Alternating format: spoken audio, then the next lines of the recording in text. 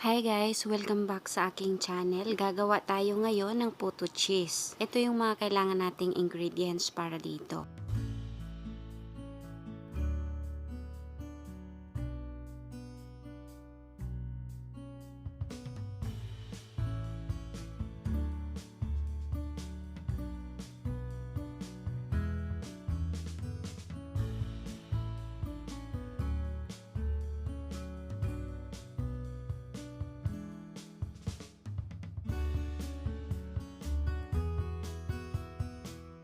Magsimula na tayo at simulan natin sa ating anise. Ilagay lang natin to sa blender at i-blend natin siya ng 2 minutes.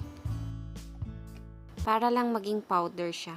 Itong gamit kong anise, optional siya. Kung ayaw nyo naman ito, pwede kayong gumamit ng vanilla.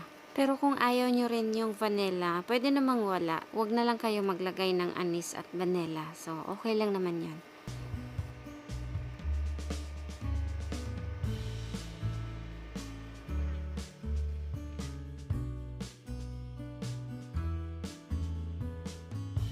Ayan, okay na siya. So, ganito siya dapat. Isunod naman natin yung ating cheese. Kalahati lang ng buong cheese yung gamitin natin.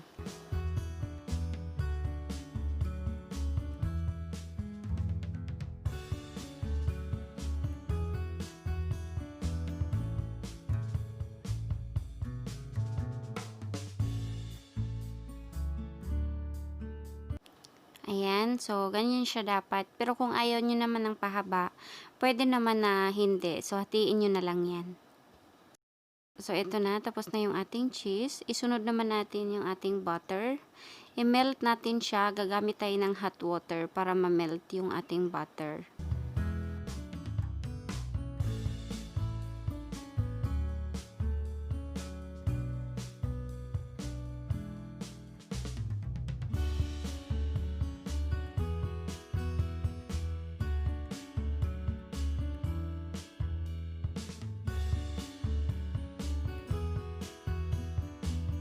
Ayan, pwede na to. Tunaw na lahat.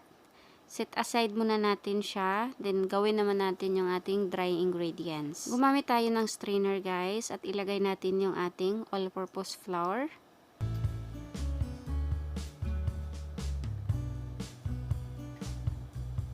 Isunod natin dito yung ating baking powder. Tapos, isunod naman natin yung ating powder na anise. Tapos, haluin lang natin siya. Set aside muna natin yung ating dry ingredients. Gumamit tayo ng isang malaking bowl at dito natin ilagay yung itlog. Haluin lang natin to.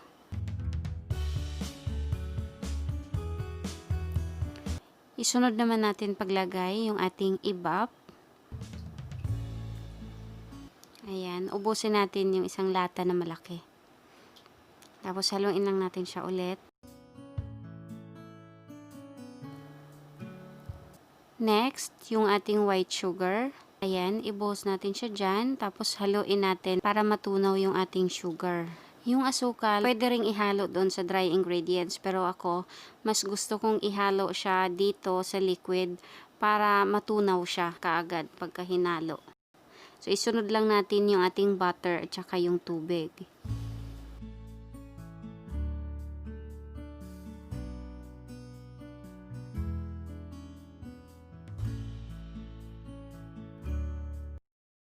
At haluin lang natin tong maigi. Pagka nahalo na, ibuhos natin dito yung ating dry ingredients.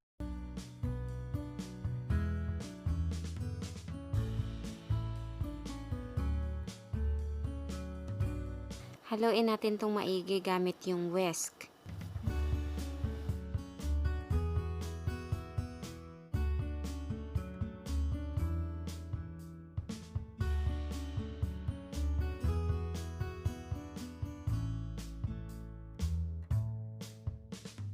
Okay na tong ating mixture, guys. Takpan lang natin siya ng plato at ilagay muna natin siya sa lamesa. Hayaan natin siya dyan ng mga 10 minutes. Matapos ang 10 minutes, buksan natin to at haluin natin siya. Tapos ready na to para ilagay sa ating mga molder.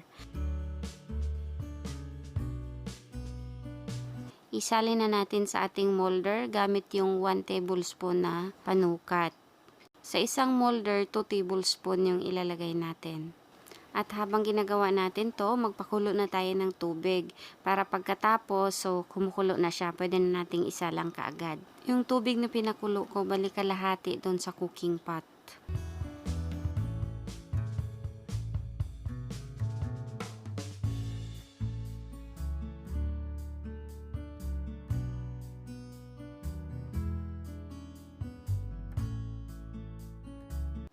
Okay, so since nalagyan na lahat, steam na natin ito.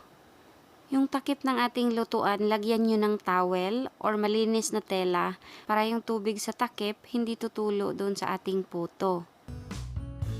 At ayan, ito na yung ating puto. 2 minutes bago hanguin ang puto, ilagay na natin ang ating hiniwang cheese. Patong lang natin siya dyan sa taas. Yung gamit ko ditong apoy, medium heat. Ang bawat oras ng pag-steam natin ng puto guys, 10 to 12 minutes. Pero 2 minutes bago maluto yung puto, ilagay nyo na yung cheese. So, gamit natin ang medium heat ha. Depende pa rin sa inyo kung gaano kainit yung gamit nyong apoy. Tusukin nyo na lang ng toothpick para malaman nyo kung luto na yung puto or hindi pa.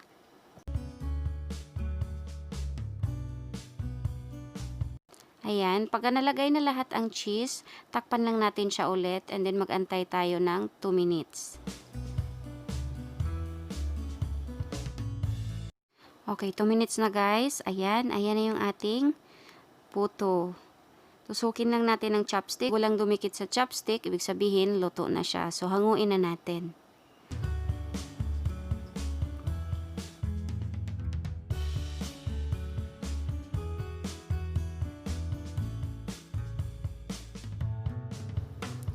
Ayan, magsalin tayo ng ating second batch. Lagyan lang natin ulit yung ating molder. Bawat molder, 2 tablespoon. Ang molder pala na gamit ko guys, medium size siya. Bali, ang molder kasi merong 3 size. So, may small, medium, and large. So, ang gamit ko, medium size siya. 1 inch ang height niya at 2.5 inch naman yung lapad niya sa taas. Steam naman natin yung ating second batch. Ayan, tulad ng ginawa ko ng first batch, 2 minutes bago hanguin yung puto, ilagay natin ang cheese. At gawin lang natin to ng paulit-ulit hanggang maubos yung ating mixture. I-cut ko na lang yung iba para medyo mapaiksi ang video nito.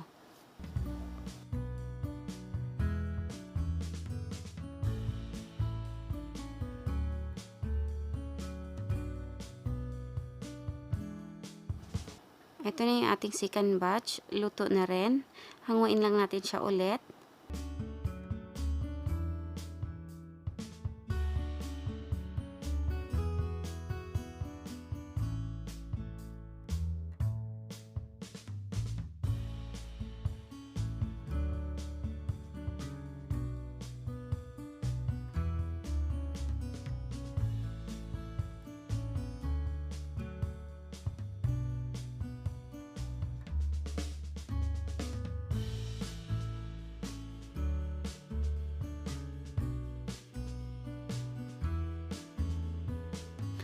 Bali, ito na yung ating last batch. Isalang na rin natin.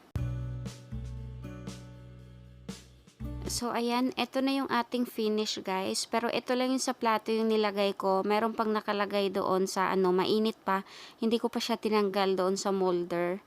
Ngayon, gagawa naman ako ng sample kung paano magbalot kung sakaling magbenta kayo. Gagamit tayo ng plastic container, tapos patagilid natin siya. So, 3 line para sa 2 dozen to guys. Kulang pa ito ng 3 dahil 21 lang yung nailalagay dito. So, magpatong na lang tayo ng 3 sa taas.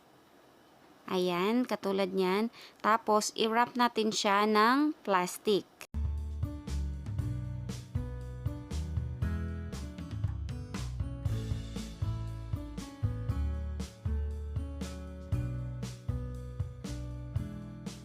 Ayan. Yan, ganyan. Yan, pwede nyo na ibenta yan, 2 dozen. Per dozen kasi yung bentahan dito. Pero sa inyo na rin yan kung gusto nyo magbenta ng paisa-isa. Ito namang sa plastic container na to, na isa. Ito naman yung 1 dozen. Bahala na kayo guys kung ano yung gusto nyong gamitin na lagayan pag gusto nyong magbenta. Bali, nagbigay lang naman ako ng sample. So, ayan.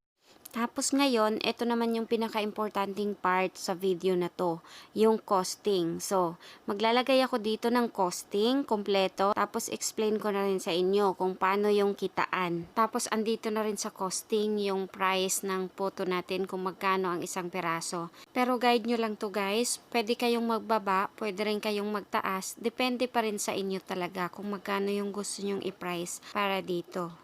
Ayan, nandito na tayo sa costing guys. Bali, ang cost ng ating ingredients, 111 pesos. Pero meron tayong additional expenses, kaya umabot lahat ng 156 pesos yung total cost natin. At kung sakaling gawin mong negosyo ito, gagawa ka ng 50 piraso a day. So, kung ibenta mo siya ng 750 ang isang piraso, meron kang 375 pesos. Ngayon, ibawas naman natin yung ating total cost na 156 pesos. Meron kang malinis na 219 pesos. Yan ang isang araw kapag ka napaubos mo yung 50 piraso na ginawa mo. Madali lang naman siguro ipaubos yon kasi per dozen ang bintahan dito, hindi per piece. Dito naman tayo sa monthly income computation. Pag nakapag-decide ka na gawin mong business to, dapat meron kang quota para sa sarili mo. Or meron kang goal kung ilan dapat yung mapaubos mo sa isang araw. So halimbawa, makagawa ka ng 50 piraso, bebenta mo siya ng 750 each. So meron kang 375 pesos in one day. Ibawas natin ang expenses natin na 156. So meron kang malinis na 219 pesos. At ang 219 pesos, ita-times natin sa 30 days. So meron kang malinis na income na 6,570 pesos. Sa 50 piraso ito na makakabenta ka everyday ng 50 pieces in 1 month, so meron kang malinis na 6,570 pesos. Pero what if gumawa ka ng 100 pieces na puto, bebenta mo siya ng 750 each, so meron kang 750. Ang 750, bawasan natin ng expenses na 312, so meron kang 438 pesos. Malinis yon a day. Tapos, pag everyday kang nagluluto ng puto na 100 piraso at mapaubos mo siya araw-araw, so meron kang malinis na 438 pesos. Ngayon, ita-times natin ito sa 30 days. So, meron kang malinis na 13,140 pesos. Okay, dito naman tayo sa 150 piraso. Ngayon, pag gumawa ka everyday ng 150 piraso, ita-times natin sa 750 each. So, meron kang 1,125. Ang 1,125, bawasan natin ng 468 doon sa expenses natin. Meron kang malinis na 657 pesos. Ang 657 pesos, ita-times natin sa 30 days dahil 30 days kang gumagawa ng 150 pieces na puto. Ngayon, ita-times natin siya sa 30 days. So, meron kang malinis na 19,710 pesos. Ngayon, dito naman tayo sa 200 pieces. Kasi kunyari, marami ka ng mga suki, marami ka ng mga regular buyer. Ayan, kunyari, everyday, gumagawa ka ng 200 pieces, tapos mapaubos mo siya sa tag 750 each. So, sa isang araw, meron kang 1,500 pesos. Ngayon, ibabawas natin ang ating total cost na 624. So, meron kang malinis na 876 pesos. In 1 month na gagawin mo to na makaubos ka ng 200 pieces everyday. So, ita-times natin ang 876 times 30 days. So, meron kang malinis na 26,280 pesos. Sobrang malaki na yon pag kumita ka ng 26,000 a month. Ito na lang yung mga tips ko at yung costing natin. Sana nakakuha kayo ng mga idea kung paano kumita, paano siya gawing business. Kaya sana nakatulong sa inyo to. Okay guys, hanggang dito na lang muna at hanggang sa susunod nating mga video. Ice cream muna tayo, mango flavor with costing pa rin. Kaya abangan nyo yun guys. At yung video na yun, requested video siya ng isa sa mga viewers ko. Kaya ayan, abang-abang na lang muna guys. So hanggang dito na lang muna at maraming salamat sa inyong panonood. Bye!